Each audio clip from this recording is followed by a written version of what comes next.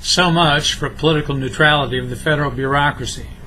Employees of the Environmental Protection Agency joined protesters outside the agency's regional headquarters in Chicago February 6th to oppose the nomination of Scott Pruitt as EPA administrator. The Associated Press said the crowd of about 300 included scores of EPA employees.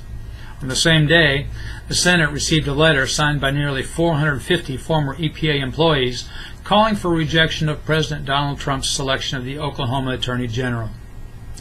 Every EPA administrator has a fundamental obligation to act in the public's interest based on current law and the best available science, the letter said. Mr. Pruitt's record raises serious questions about whose interests he has served to date and whether he agrees with the long-standing tenets of U.S. environmental law. If EPA had not treated law and science recklessly, those concerns would be valid. In pursuit of former President Barack Obama's aggressively liberal environmental objectives, though, the agency lost control. It was and remains tested in court many times for exercising doubtful authority, most famously with the Clean Power Plan now before the Supreme Court. And it made artful use of supposedly scientific constructs such as the social cost of carbon and co-benefits to skew cost-benefit analyses of its proposals.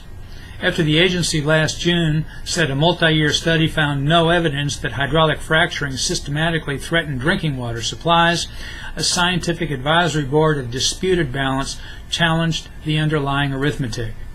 Having been caught not counting what it couldn't find, the agency obediently changed its conclusion to imply that fracturing might, under certain circumstances, pose a threat. This isn't science, it's politics. Pruitt regularly challenged excesses like these. EPA lost its bearings. Protests by agency employees against Pruitt's nomination underscore the need for institutional reform. Curing EPA of political activism requires a critical outsider like Pruitt who won't be popular.